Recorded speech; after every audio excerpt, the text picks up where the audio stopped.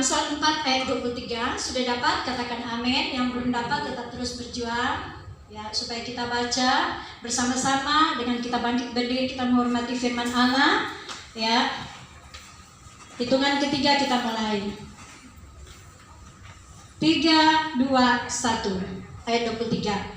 Jagalah hatimu dengan segala kewaspadaan, karena dari situlah terpancar kehidupan. Buanglah mulut serong daripadamu, dan jauhkanlah bibir yang dolang-dalik daripadamu. Biarlah matamu memandang terus ke depan, dan tatapan matamu tetap ke muka. Tempuhlah jalan yang rata, dan hendaklah tetap segala jalanmu. Janganlah menyimpang ke kanan atau ke kiri, jauhkanlah kakimu dari kejahatan. Ada amin? Puji Tuhan, silahkan duduk. Ya, ada sukacita kita membaca firman Allah. Ya, apalagi kita membaca, mendengar, merenungkan, dan melakukan. Pasti ada upah yang besar yang Tuhan berikan. Ada amin? Manusia boleh memberikan upah, tapi tidak sesuai keinginan kita. Tapi biarlah firman Allah yang menjadi kehendak dalam hidup kita, dan kita melakukan kehendak Allah Bapa di surga, sehingga kita ada sukacita, damai sejahtera saat kita mendengarkan firman. Ada amin? Apalagi melakukan firman, pasti ada sukacita. Ada amin? Nah, firman Allah di siang hari ini saya akan memberikan tema, yaitu mengenai sikap hati sebagai hamba Allah atau hamba kebenaran. Ya, mungkin Bapak Ibu bertanya di sini, apa Ibu hamba Allah dan hamba kebenaran? Ada yang sudah pernah dengar apa perbedaan antara hamba Allah dan hamba kebenaran? Ya, yang dimaksud dengan hamba Allah yaitu orang percaya kepada Tuhan Yesus, yaitu orang Kristen. Ya, orang Kristen KTP dan orang Kristen yang lahir baru, itulah yang dikatakan hamba Allah, orang percaya kepada Tuhan. Ya. Jadi yang dimaksud juga dengan hamba kebenaran yaitu hamba yang melakukan kebenaran firman Allah. Ada amin? Semua orang boleh mengatakan saya orang percaya kepada Tuhan, saya adalah hamba Allah. Tapi hamba Allah tanda kutip belum tentu melakukan kebenaran firman. Ada amin? Ya. Karena ada firman yang mengatakan dari buahnya lah kita akan melihat apakah dia benar-benar berasal dari Tuhan atau tidak. Ada amin? Ya. Karena dari perbuatan, ya, cara kita berbicara, karakter kita, wibawa kita harus memiliki paradigma, karakter, wibawa Kristus. Ada amin? Semua sumbernya berasal dari sikap hati sebagai hamba kebenaran. Ada amin? Ya. Jadi hamba kebenaran ini tugasnya yaitu menjadi garam dan terang dimanapun Tuhan bawa utus kita. Ya. Semuanya sumber dari hati. Jangan maunya kita, jangan kehendak kita, tapi mau kehendaknya Allah yang jadi dalam hidup kita. Ada amin? Memang tidak gampang untuk melakukan kehendak Allah itu. Butuh perjuangan, butuh waktu, butuh kesabaran. Betul? Ada amin? Ya, butuh proses, dan proses itu tidak enak. Betul? Walaupun sudah pelayan Tuhan, tapi mengalami proses juga. Ada cobaan, ada ujian, ada rintangan, tapi tidak membuat kita untuk menjadi mundur, tapi kita tetap terus semangat maju di dalam Tuhan, supaya kita boleh meraih kemenangan yang berasal dari Tuhan. Karena ada upah yang besar yang Tuhan berikan. Upah apa? Yaitu mahkota kemuliaan dan surga yang kekal. Ada amin? Hal lahiriah itu hanya bonus saja yang Tuhan berikan, tapi bukan prioritas tujuan utama untuk kita mengutamakan lahiriah itu, kebutuhan jasmani. Tapi itu adalah bonus di saat kita memprioritaskan Allah. Karena semua sumbernya dari hati. Betul? Nah, kalau hati kita ini tidak jaga baik-baik, tentunya akan mengalami hal-hal yang tidak mengenakan. Ada amin? Seringkali kita mencurigai, seringkali kita menyalahi orang lain, seringkali kita memfitnah orang lain, seringkali kita mengutuk orang lain, seringkali kita dendam kepada orang lain. Semua itu berasal dari sikap hati kita yang tidak benar di hadapan Tuhan, terlebih di hadapan manusia. Ya, kalau di hadapan manusia kita sudah tidak benar hati kita, bagaimana dengan Tuhan? Betul? Nah, terlihat dari perilaku kita kehidupan sehari-hari. Ada amin? Nah, firman Allah kita mulai dari ayat 23. Jagalah hatimu dengan segala kewaspadaan, karena dari situlah terpancar kehidupan. Seperti saya katakan tadi, hati kita jaga baik-baik. Sekalipun kita punya masalah, tetap kita terus maju di dalam Tuhan. Ya, hati yang gembira adalah obat. Tentunya Bapak Ibu di sini bilang, enak aja Ibu. Emang enak sih kalau ngomong, emang enak sih kalau bicara. Tapi prakteknya yang merasakan siapa dulu emang enak. Betul?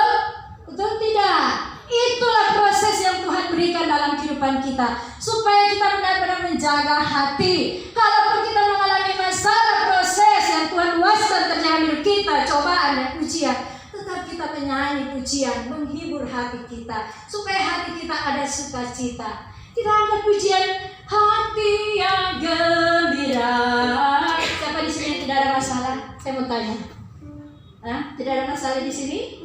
Tidak ada? Hanya Tuhan yang tahu. Ya, kenapa saya bertanya? Dan saya juga mau mengatakan, orang mati pun ada masalah. Pasti juga bertanya, kenapa Ibu bilang begitu? Karena memang ada jawaban. Ya, kubur kalau tidak dibersihkan masalah. Ya, iuran tidak dibayar itu masalah. Dia pun diangkat oleh Tuhan, belum tentu dia mau ke surga, itu pun masalah. Betul?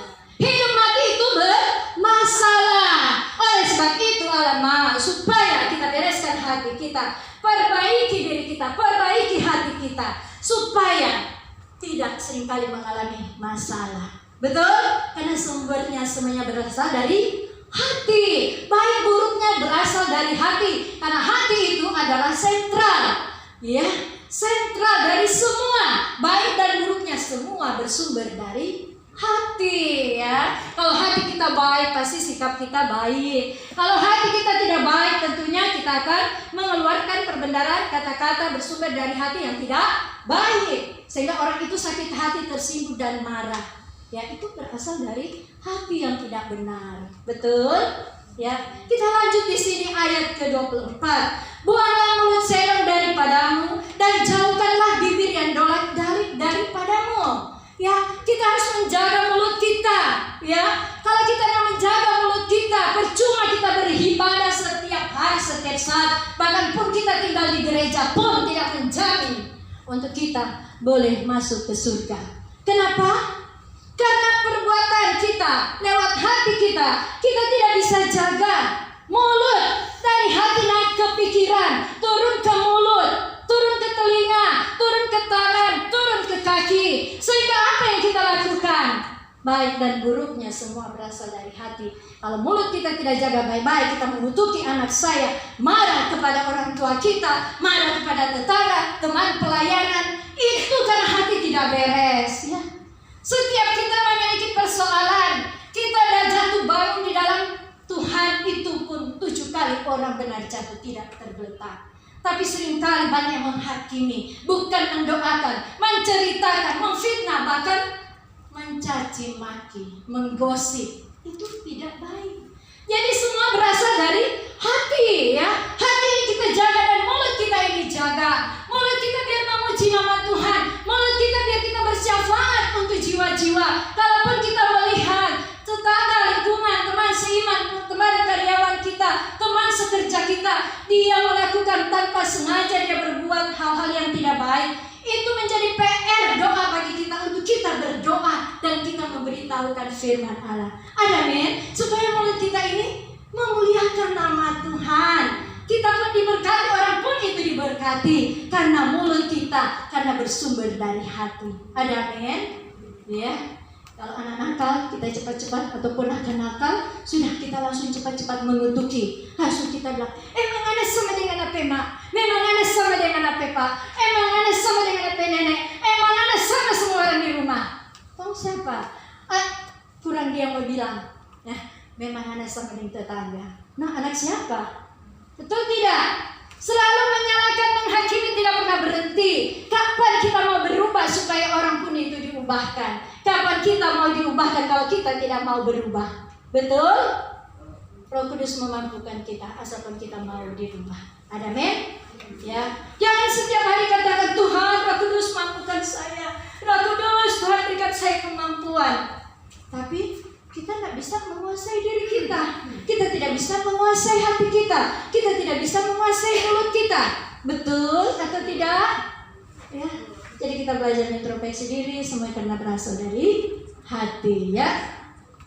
Ayat selanjutnya, ayat 25 mengatakan, biarlah matamu memandang terus ke depan dan tatapan matamu tetap ke muka.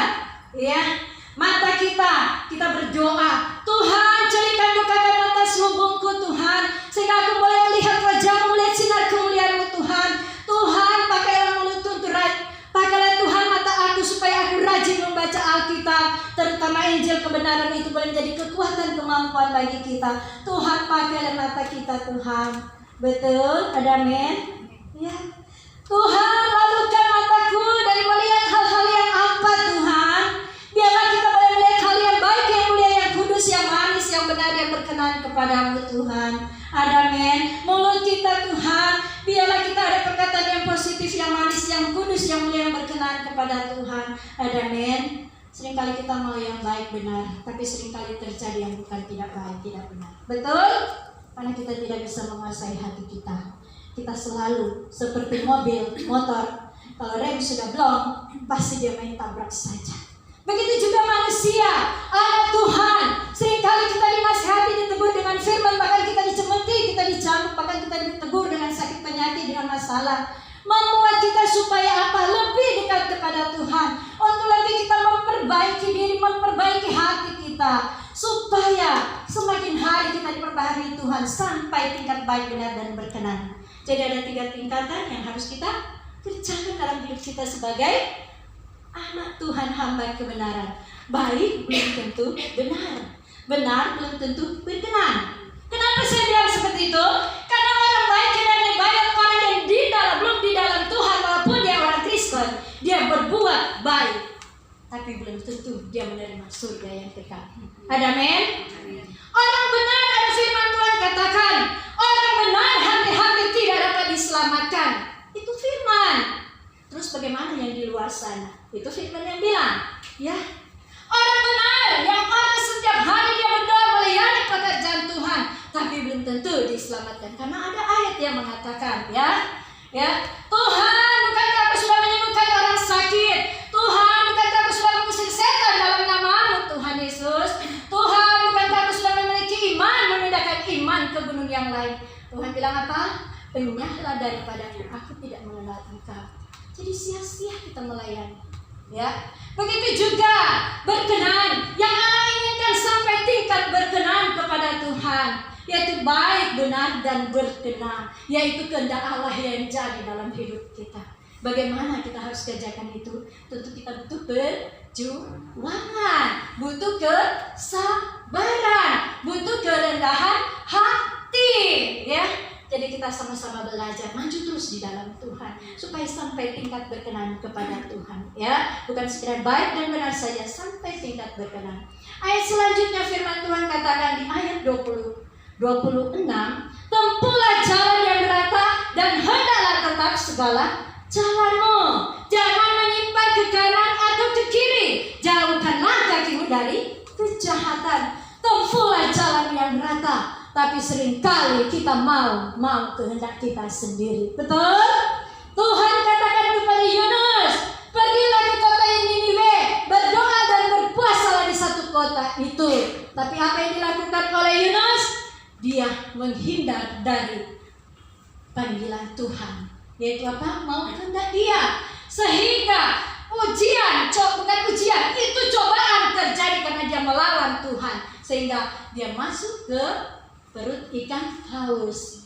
Tuhan masih beri kesempatan di perut ikan paus. Dia berdoa dan berpuasa. Apa yang terjadi pada Yunus? Tuhan Allah menciptakan ikan paus, sehingga Tuhan menggerakkan ikan paus. Dimuntahkanlah Yunus di satu kota, sehingga selamatlah dia. Jadi kalau kita tidak setia taat kepada Tuhan, kita tidak mengikuti kehendak Allah, apa yang terjadi dalam hidup kita? Negatif yang akan terjadi. Betul? Hal-hal yang tidak mengenakan yang kita akan alami. Begitu juga anak dengan orang tua. Kalau sudah miskomunikasi, apa yang terjadi dalam kehidupan kehidupan anak dan orang tua. Begitu juga antara kita dengan Allah. Kasih Allah Bapa kepada kita. Kita sebagai anak umat pilihan Tuhan, ya. Kita punya Bapa yang kekal, Allah Bapa kita di dalam Yesus Kristus. Kalau kita sudah miskomunikasi dengan Dia, pasti kita akan mengalami hal-hal yang negatif. Oleh sebab itu banyak-banyaklah kita berkomunikasi dengan Tuhan. Dengan apa? Cara jangan jemu-jemu berdoa. Lukas 18 ayat 1. Matius 18 ayat 20 mengatakan, ya, sekalipun 2 atau 3 orang berkumpul di tempat ini, Tuhan hadir. Di sini berapa orang? Lebih dari 2-3 ya. Banyak. Yang Tuhan mau lihat kualitas hati kita. Apakah kita mau sungguh dengan Tuhan? Tuhan akan promosikan kita, bukan kita yang mempromosikan diri. Ada amin? Ya, dan tetap ada sukacita damai sejahtera di dalam kita mengiring Tuhan, ya. Jadi kita tetap berjalan terus sesuai tuntunannya Tuhan, ya. Seringkali kita mengalami jalan yang tidak rata, seringkali kita mengalami lubang. Karena apa? Tuhan suruh pergi di sana, kita mau datang di sini. Betul? Tuhan suruh pergi ke kanan, kita pergi ke kiri. Tuhan suruh kita berdoa, kita bilang tar dulu sibuk. Betul? Mau Baku Riki ada pesanan nasi kotak. Saya ini orang pesanan nasi kotak saya. Nah, orang kalau punya bisnis itu memang banyak waktu dengan Tuhan, komunikasi kurang, jadi miskomunikasi. Benar? Saya juga baru senam, saya tinggalkan pekerjaan di senam saya. Karena apa? Banyak menyita waktu untuk saya melayani pekerjaan Tuhan. Karena kadang-kadang jadwal sama, ya. Jadi hal-hal lahiriah itu bukan jadi prioritas bagi kita. Tapi kita prioritaskan Allah dalam hidup kita. Terlebih kita menyampaikan isi hati Tuhan, kita memimpin pujian, itu adalah satu panggilan karunia yang Tuhan berikan. Oleh sebab itu Allah mau supaya apa? Peliharalah kasih karunia itu, kembangkanlah karunia talenta yang Tuhan berikan. Ada amin? Ya. Lanjut lagi ayat 27. Janganlah menyimpang ke kanan atau ke kiri. Jauhkanlah kakimu dari kejahatan, ya. Seperti tadi, ya, Tuhan suruh kita berdoa, kita pergi ke tempat lain, ya. Pelayanan tanpa doa, kira-kira Tuhan berkenan tidak? Nah, saya bertanya, pelayanan tanpa hubungan intim dengan Tuhan, kira-kira Tuhan berkenan tidak? Sia-sia. Kenapa? Karena kita melakukan pelayanan itu hanya karena rutinitas. Bisa saja ada motivasi tanda tanya, betul? Karena maunya kita, kehendak kita yang jadi, ya. Kita andalkan Tuhan dalam segala hal apapun supaya Tuhan berkarya. Saya tidak lebih baik dari Bapak Ibu di tempat ini, tapi kita mari sama-sama kita belajar, maju terus di dalam Tuhan. Apa yang Tuhan taruhkan dalam kita, bila kita mau setia taat kepada Tuhan dalam keadaan apapun. Saya mengalami mujizat yang luar biasa. 20 tahun anak saya Yosua sudah putus hubungan komunikasi dengan ayah kandungnya. Dan itu saya dapat suara Tuhan di sini. Waktu itu di sini mengadakan KKR, ya, KKR di MT Hermannsquare. Pas di gedung itu di MT Hermannsquare lantai 3 GBI. Waktu itu pakai ruangan GBI Bapak Pratikto. Nah, itu gembala saya. Nah, gembala saya dulu.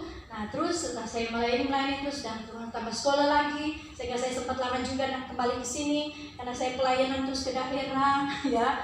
Jangan Tuhan kembalikan lagi di sini karena saya rindu mau beribadah, saya rindu mau membagi berkat. Maukah kita saling memberkati, ya?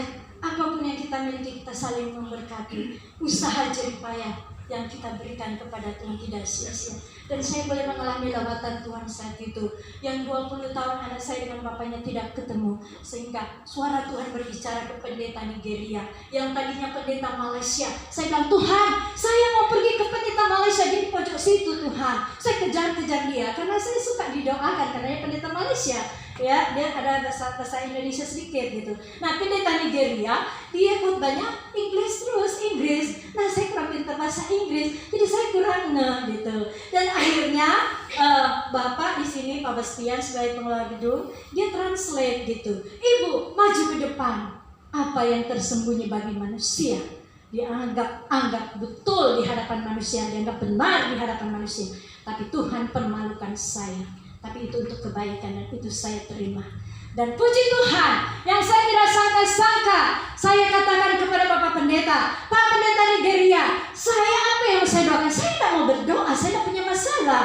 Ibu punya masalah, maju di sini. Saya mau ke situ, Pendeta Malaysia. Sini Ibu, saya mau bicara. Karena ada sesuatu yang Ibu sembunyikan puluhan tahun. Apa? Saya sudah lupa, karena saya sibuk melayani dan urus anak dan usaha. Ternyata Tuhan bukakan anak saya, papanya harus ketemu dengan anak saya.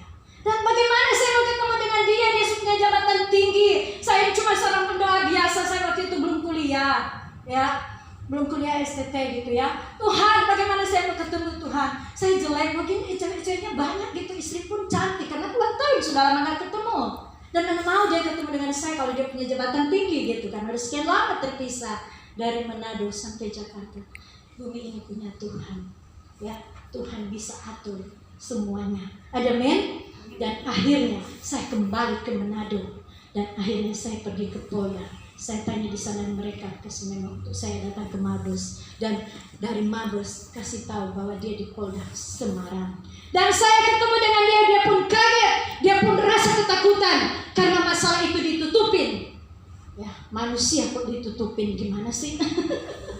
Durian pun semakin disimpan semakin bau wanginya. Barang busuk disembunyikan tetap bau, ya. Ya, ini manusia anak. Dan akhirnya terbongkar, terungkap. Dan akhirnya dia membiayai anak saya. Dan dia sudah menikah, punya anak 3 laki-laki. Saya bilang cukup saja kamu membiayai dia.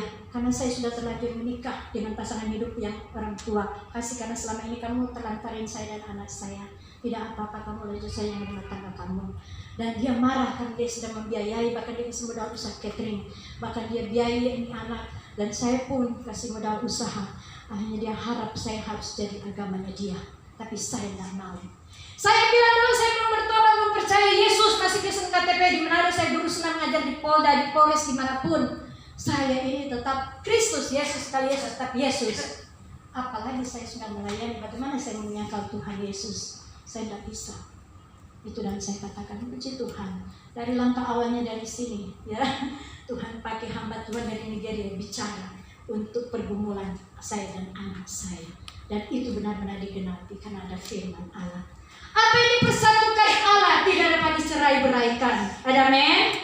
Ya, anak saya hubungan dia dengan bapaknya itu boleh terjalin kembali. Itu karena ada kuasa Tuhan yang bekerja.